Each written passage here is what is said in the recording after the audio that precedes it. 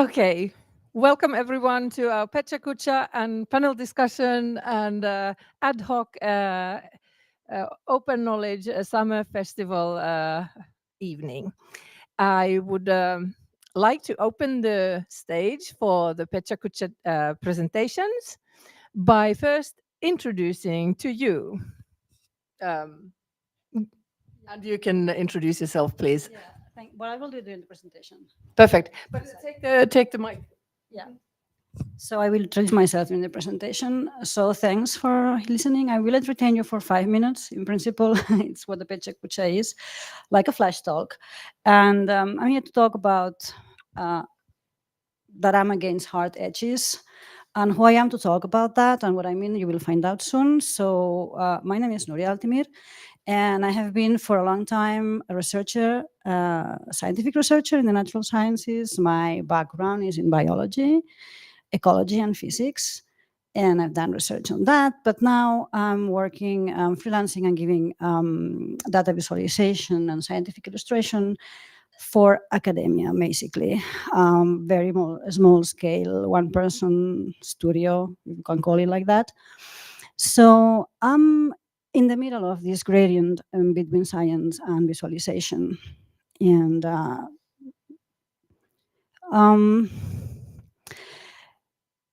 there is one hard edge that in my practice and when I go places and in my interactions with other people, I have found. And it's the one divide between, well, call it science researchers, analysts, and designers.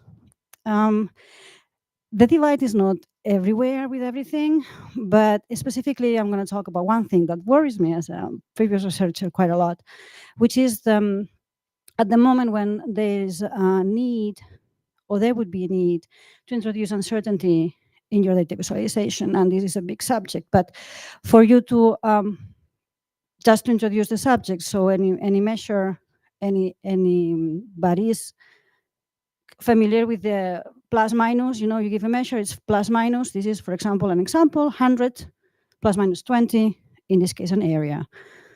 The plus minus can come from many different processes, but at the end, what you have always when you have a data point, it's a signal, that's the truth,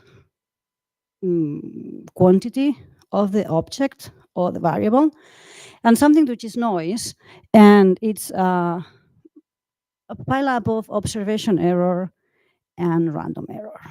So you will never have the actual one number around one measure. You will always have a spectra of numbers. So your data point will look,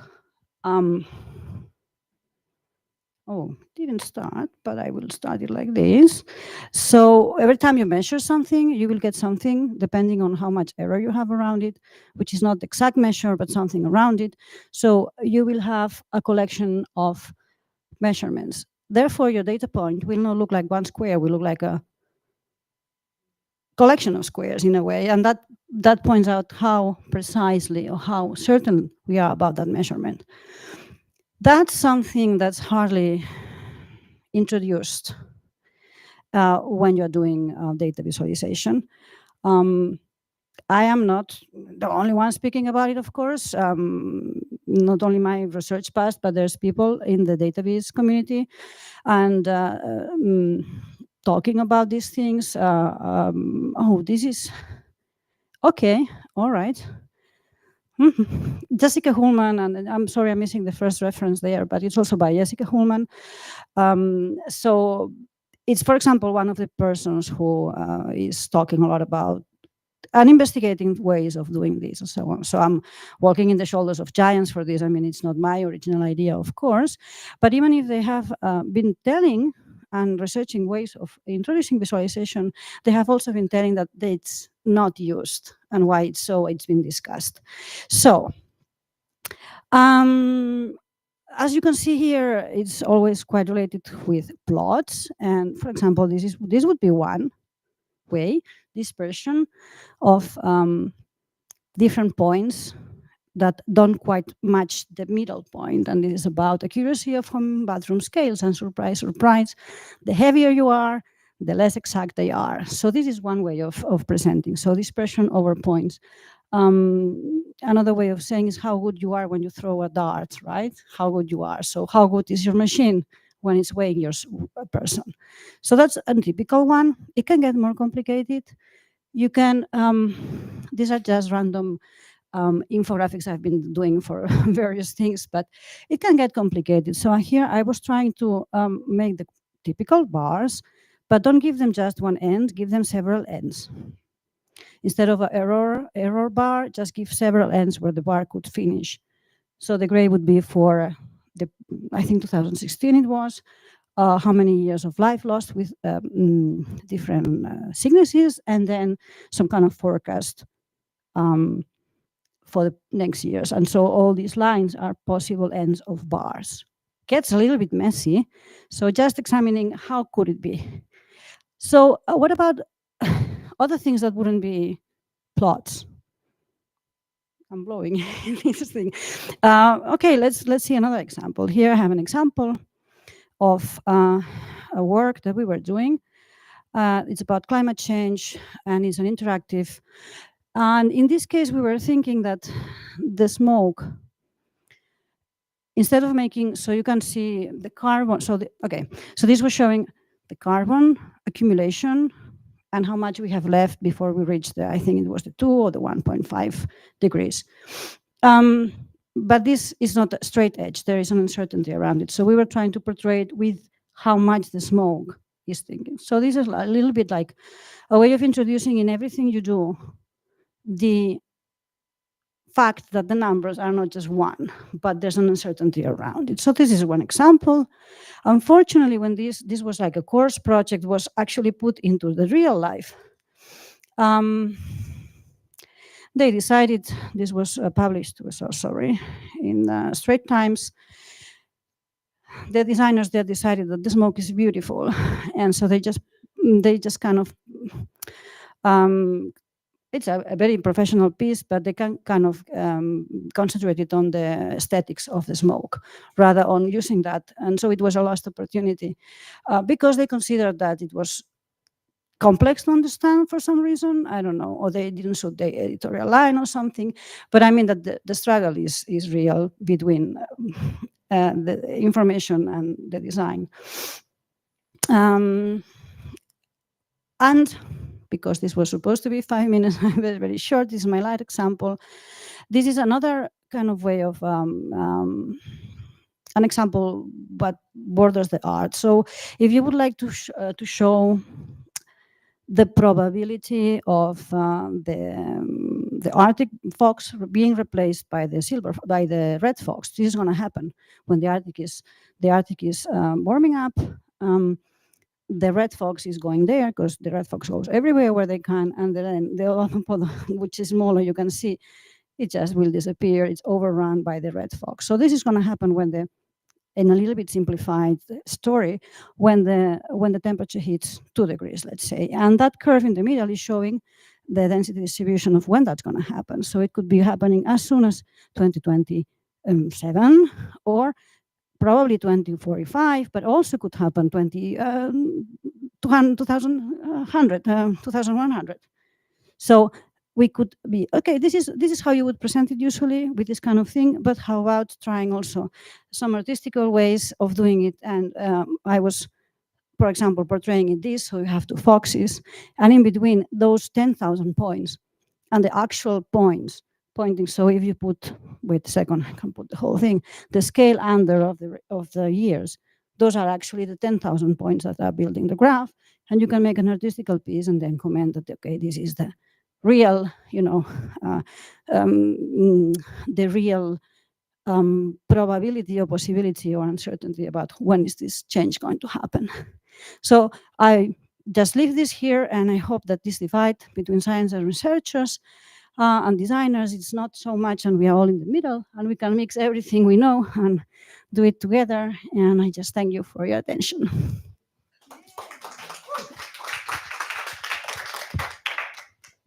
Please stay.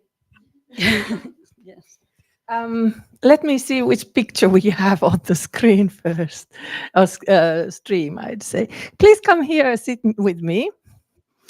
And let's make a game.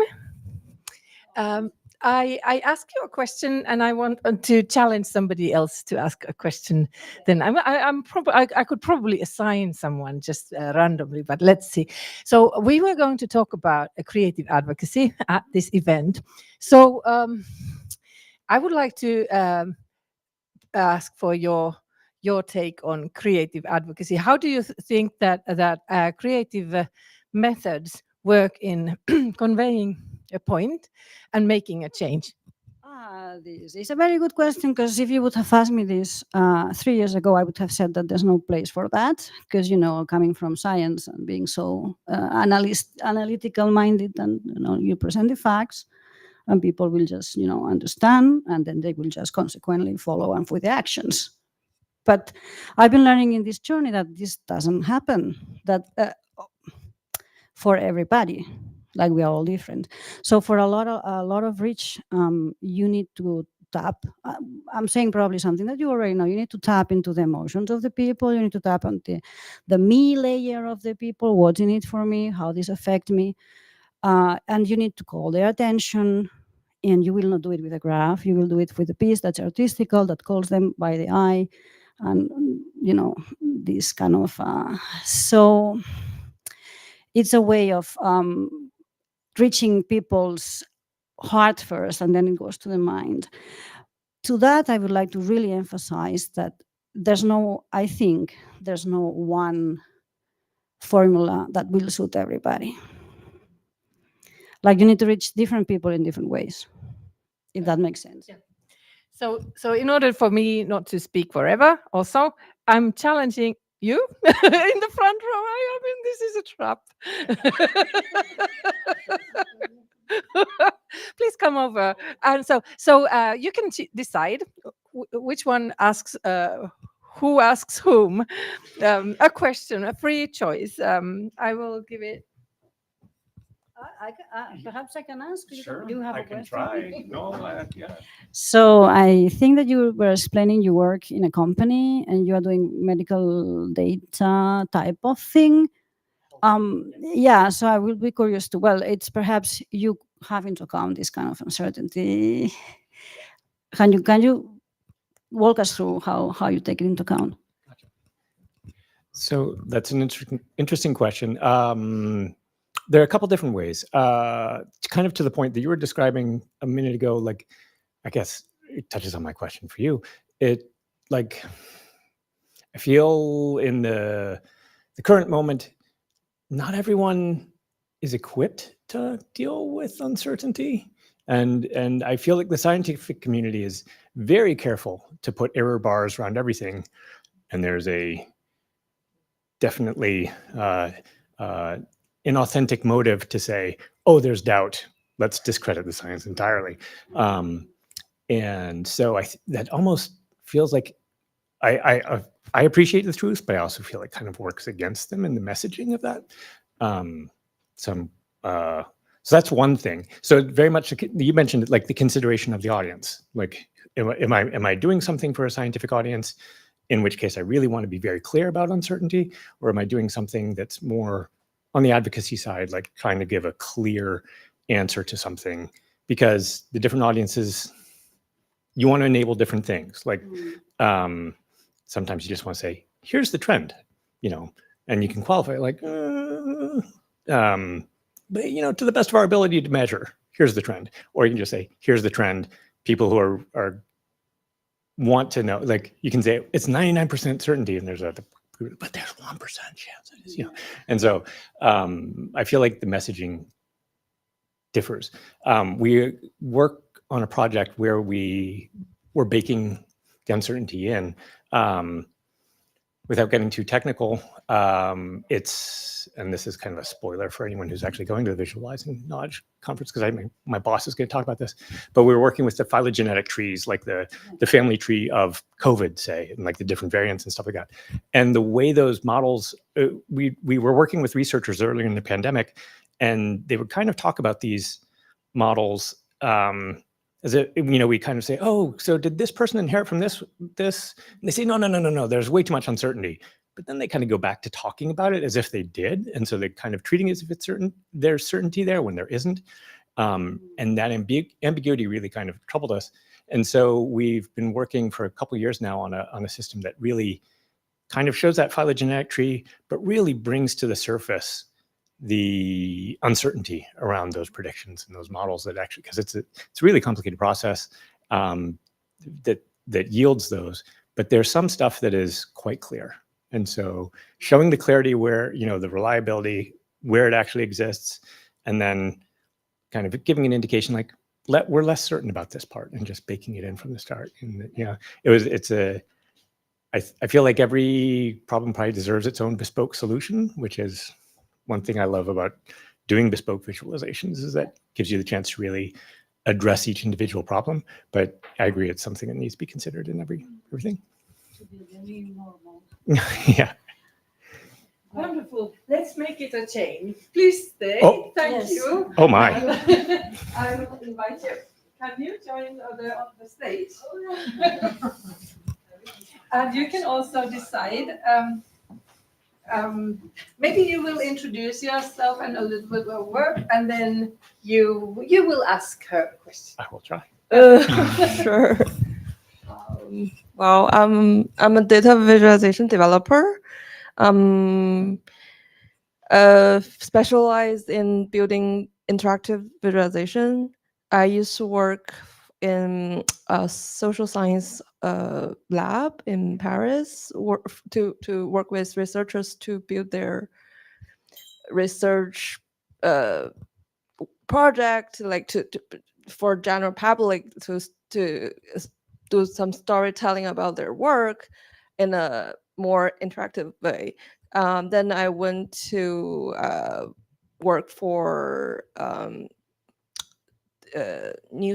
digital newspaper, to build data journalism, also as a developer. So it's just basically building visualization, building website, interactive pieces to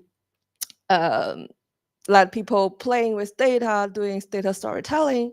Now I'm also doing freelancing with different artists and researchers to different area, like digital pieces, digital arts, or digital humanity. For university. Yeah, something. Okay, so continuing on the same theme, I think you said the project you're presenting has to do with pet food. Is that okay? And the question, when you were describing that earlier, the question was, how did the team collect the data, and where, what is the process, and like, how does uncertainty enter into that, I guess? Actually, I'm not the people who initialized this project, but I heard from them, like one of this girl lost her cats because one of this medical treatment have some, one medicine might have some certain molecules which could affect those disease. And then he also have a lawsuit with this company. So since that, she was trying to build, like, collecting all those cases from different newspaper back to 1960. Yeah, so it's like half a century term, like this long term. So I guess they have fundings to do that because they're all PhD students, and I think this is one of their research paper they want to work for to apply for different conference or art program. Anyway, so they have kind of a big team with researchers and designers to work together, and also they also have a big lab in working in Hong Kong. But I'm not one of this team, but I just helping them build a website. So their data was quite rich. I will share the link. This is a website. later, and if you're interested, you can just have a look. Or you can also, yeah, they also have a form to fill out. If you have similar experience, you can just upload your own data, your own. If you heard anything related to this kind of issue, you can just upload your case. They will collect it. Maybe they will release this new data later. Yeah. And I might have a question with you of one, like anybody who have this similar feeling as me, because I'm a visualization developer, but I'm doing web development at the most of time. But I feel like recent years there are trends that the interactive visualization is kind of it's still there. Like people still building dashboard, building this art, like this charts, but there are not much interesting pieces recently. There are more like videos, like explanation, like long videos, this YouTube, or some short videos on TikTok, or some like doing very go viral pieces, like in a very short time, but there's no interactive ones which go viral. I feel like there's a trend. People do not want to playing their data, playing this data online. They just want to watch the videos who tell you the story, not the who in not in, engaged into this digital pieces anymore.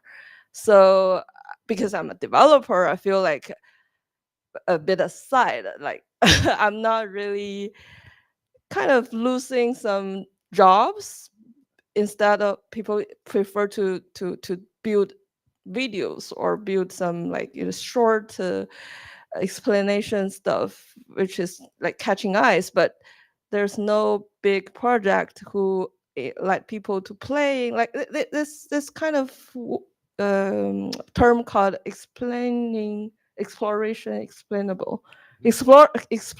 exploration. These pieces are kind of dying today. I'm not sure if you guys have similar feeling on that. Yeah. May I ask? Oh, you were asking anyway. Yes. Yeah, if you have similar. Uh-huh. Please come ahead. Please come on the stage. Yes. Thank you. I think that's an interesting point. Isn't that about social media in general? How you trust people or you don't trust people, but you don't trust data ever. Kind of, so you put your trust in someone who's been maybe looking at data, maybe looking at the right way, maybe having a good agenda for what he's or she is saying, but you still choose or not choose to trust that person instead of going to the data yourself. Even though there's visualizations out there, you still disregard them because you rather listen to a person. And isn't I think this is a challenge in trusting data in general. It's just like a huge dilemma in this world today, that we don't have people interested in looking at the data themselves and seeing what's underneath and what's trusting the researcher instead of trusting the YouTuber. I just want to ask if you're a stakeholder who have a lot of data, do you want to build some videos? You prefer to build videos to explain your data set, or to build a website let people to play with your data? It's like what you prefer, like what kind of data you have, and what you want to tell the story in what way, which medium you want to choose. So that's kind of as a developer who kind of doing survey on different data stakeholders. Yeah, so that's my current Thank you.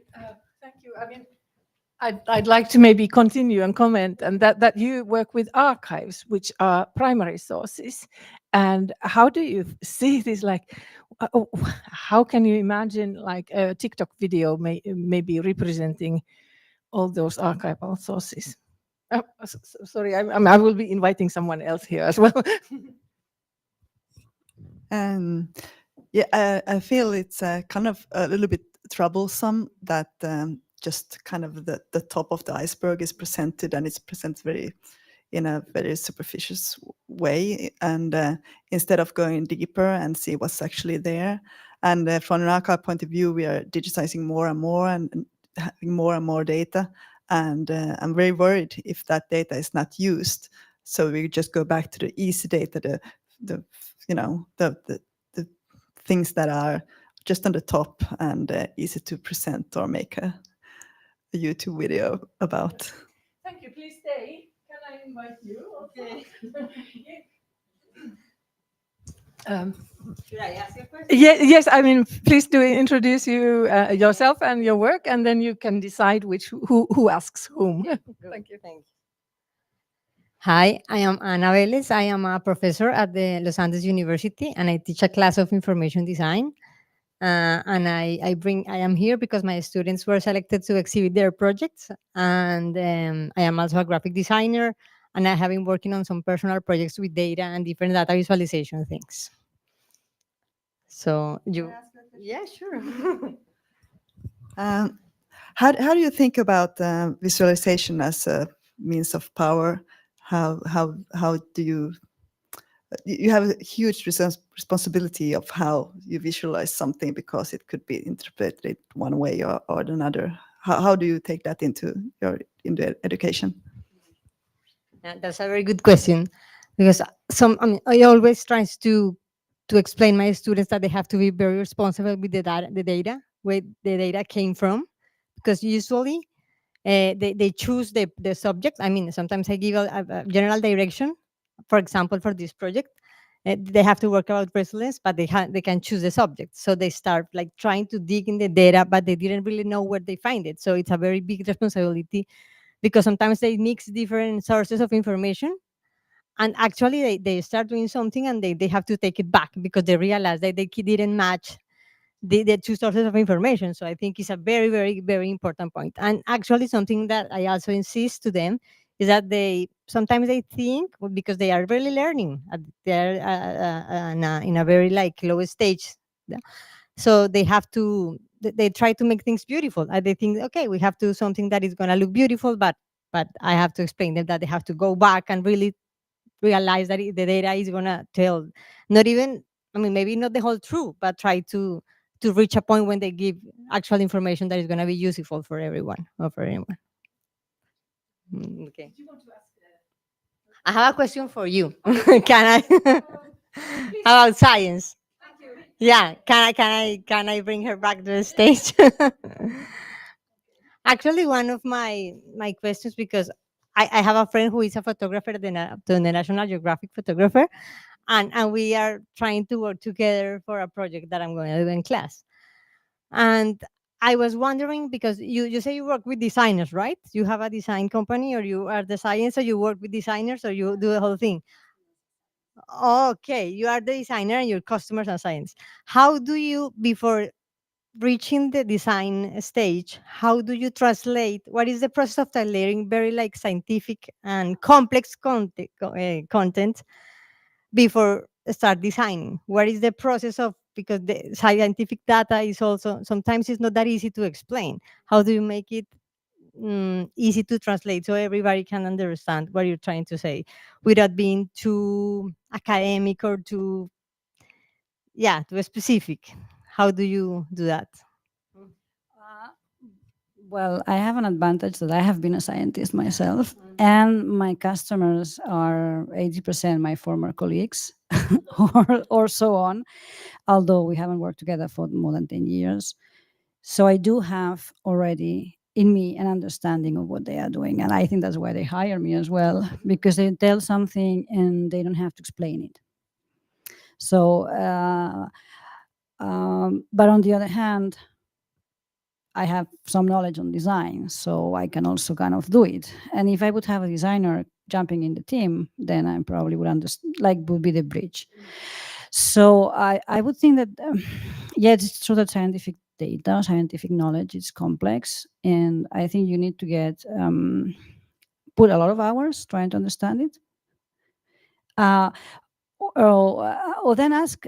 There's one trick that I've never used, but I've heard that is that you have to ask the scientist, if you have access to the original scientist, to write one page, half a page, and one sentence that summarizes their. And if they do this exercise and they can do that, then they can distill, because we want to explain absolutely everything we do, why we do it, how we do it. It's so important. I spent 10 years, but actually there's a basic message. So if you can make them distill the one message, if you have access to do you have access to the actual, mail them. They love to talk about their stuff. They will talk about it. But of course, if you have 10, if you have 100 authors, then it's going to be difficult. I don't know if that answers what your question. Thank you. Okay. Who is next? I've already been here. So. Thank you so much. I think yes. Here's Maria. Come on. I don't think everybody has introduced themselves, but I think I will add names and labels in the video online. Oh, but no. No, yes, exactly. Yeah, thank you. I'm Marja Pirttivaara, chair of the board of Open Knowledge Finland. And actually, I loved your presentation. And that's why I wanted to come here and make a question to you. You see, I'm PhD in physics and MBA in social and healthcare management. And there is a saying that you can recognize a physicist based on his or her error analysis. And so I really loved the way you explained so practically this importance of understanding error analysis and confidence, that kind of things. Because so easy people are expecting that the life is black and white and this is eternal truth can be found and it is 100% percentage rate. And clearly you understand so finally the scientific methodology where it is built in that you have to be able to handle this kind of possibilities and statistics and probabilities, and because the life can change and facts forever, they can be something different tomorrow. I would like to know, what is the driving force of your driving force in the life, and then what would you like to change or get through in this scenery of open data? How to make this world better? What should people understand or start to do? Okay, I'm not sure I'm ready to answer this question, but one thing that I have discussed a lot when I am in mixed teams is this idea of always rising up. So when you present anything, you always try to put a layer where everybody can learn something. So never dumb down. So always put it up. So for example, including uncertainty would be a way of doing that. Like just give the information and give, like make people think. Because people, I mean, we tend to think that people is stupid, but not everybody is stupid. I mean, there's a lot of people who actually would appreciate to be enlightened. So I don't know how that relates with open data or so, but adding always a little bit of layer of complication, people will get it. Yeah, if that answers. Okay, yeah, please, someone. Maria, are you happy? Yes, perfect. How do you feel? If you have a question in mind, please don't. You're now there, like the last part of the chain. Also, it's okay to end here because we have got like the chair of the board on on stage, so it's like a wonderful finale. But there's always, the what's the called, like after applause, so like after the curtains go down, then you come back. Encore. Yeah, encores. So any encores in mind? But anyway, I think we can also applaud everyone. Thank you so much, and good night. Good. Oh, perfect. Of course. I would like to know what is your takeaway from this whole event, this especially this last pecha kucha and side event here. What is your take with you? Resilience, hacking the event, being ready to do ad hoc anytime, and enjoying people and enjoying you specifically here. Thank you. Thank you, Susanne.